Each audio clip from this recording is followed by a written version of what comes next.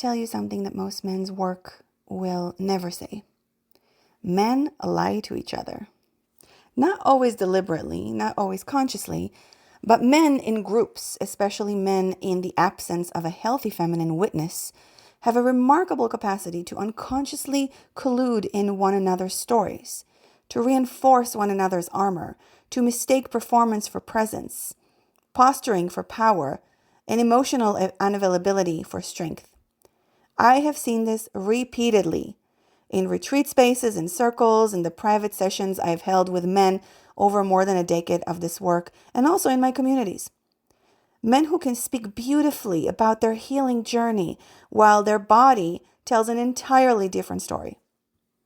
Men who have mastered the language of personal development while continuing to repeat the same exact patterns in their relationships. Men who are technically vulnerable, they share, they open up, they cry when the moment calls for it, but who have never once truly been seen.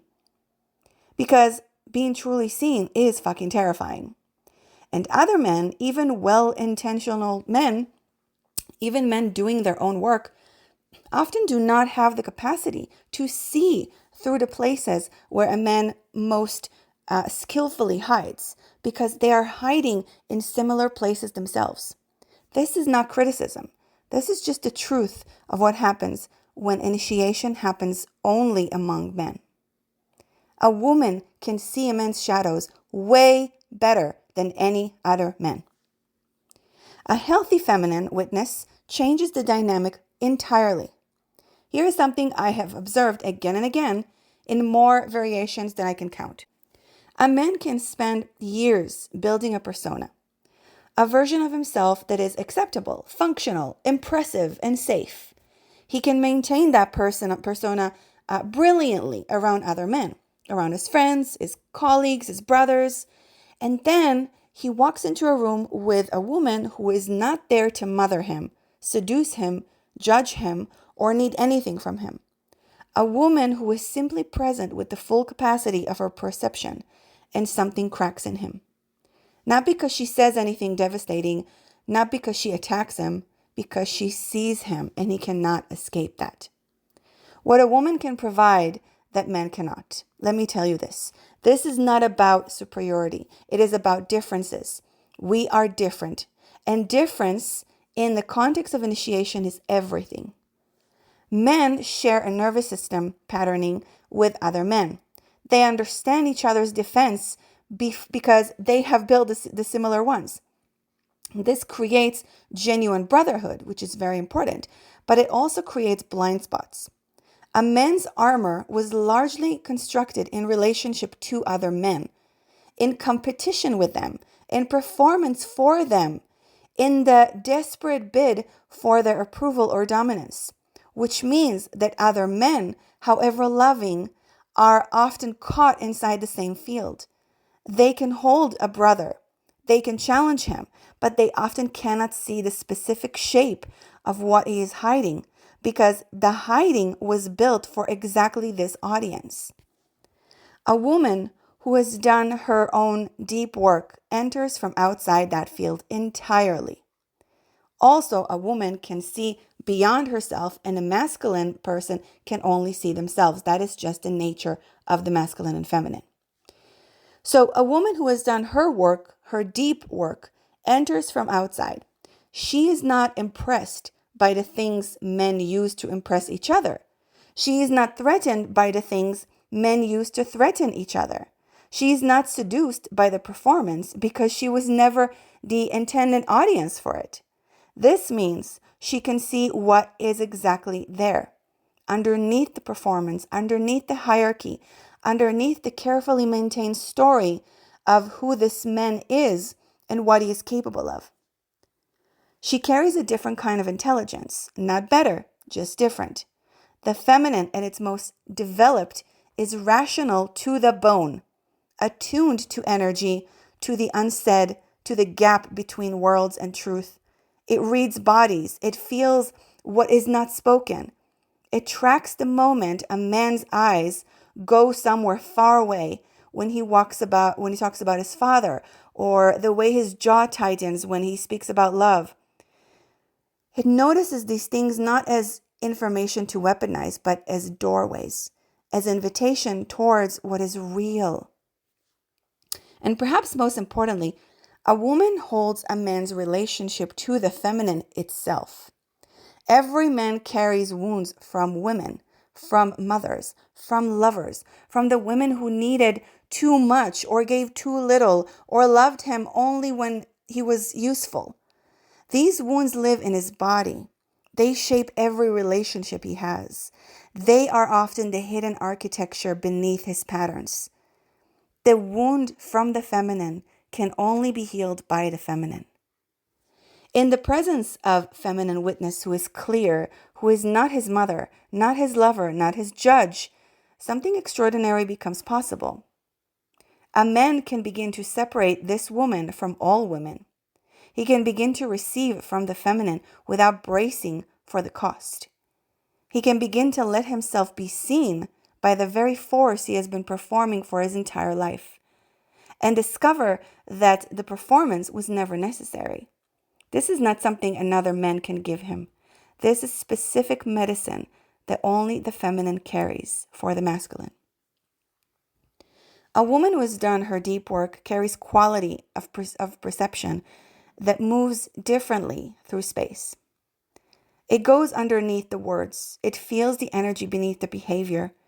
It registered the gap between what a man is saying and what his body, his eyes, his energy are actually communicating. She sees the world and the greatness simultaneously. She sees his wound and his light simultaneously. The fear beneath the confidence, the longing beneath the anger, the boy beneath the man, and the king beneath the boy. When held skillfully with clear boundaries, with fierce compassion, with no agenda except truth, this quality of feminine witnessing becomes one of the most powerful forces for masculine transformation that exists. I have watched men break open in my presence, not because I pushed them, but because they had never before seen in the presence of a woman who could hold all of them without flinching, without managing them, without needing them to be different than they are. That experience alone, just that, can be life-changing. Because here is what most men have actually experienced with women. Being judged, being managed, being needed, being punished for their weakness, being rewarded for their performance, being loved conditionally for the version of themselves that is acceptable. Or worse, being completely unseen, interacted with as a function, as a provider, as a protector, as a performer, while the actual human being inside goes unnamed and unknown. This is not an accusation against women. Most women are doing the best they can inside their own wounds and their own unlived initiations within this horrific patriarchal system that have done everything to destroy them and humiliate them and take away their power. But it means that for most men, the feminine has been a place of performance, not rest. A place where the mask must be especially secure, not where it can finally come off. My role as a priestess and at the threshold is to break that pattern. Not to mother these men, not to rescue them, not to be impressed by them or aroused by them or disturbed by them. My role is to witness them clearly and to give them the best mirror possible for their own shadows. To sit in the fire of who they actually are, the wound and the greatness both, and refuse to look away from either. To call for the man who lives beneath the mask, to love him enough not to let the mask be enough, and to be, perhaps for the first time in his life, a feminine presence that requires nothing from him except his truth. This is the feminine initiation. This is what the ancient priestesses understood. This is why across culture after culture, the feminine was placed at the center of masculine transformation, not despite the difference, but because of it. The threshold is not men's work that tolerates a woman's presence. It is initiation that is made whole by it. So, if you are ready, join the threshold. Join the movement that's going to change the world and is going to awaken men back into their power. You can also join my Godmen program where I work one-on-one with you to remind you who the fuck you are as a man.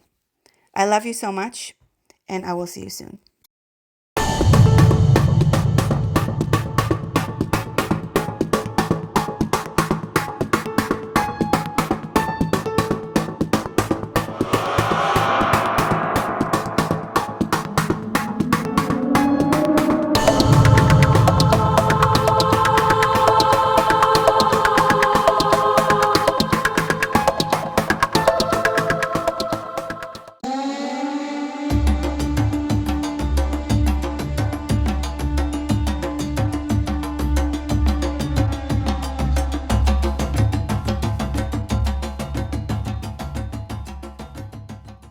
Please subscribe, like, and share so I can continue making these videos and share the work of the temple. And may the goddess bless you all.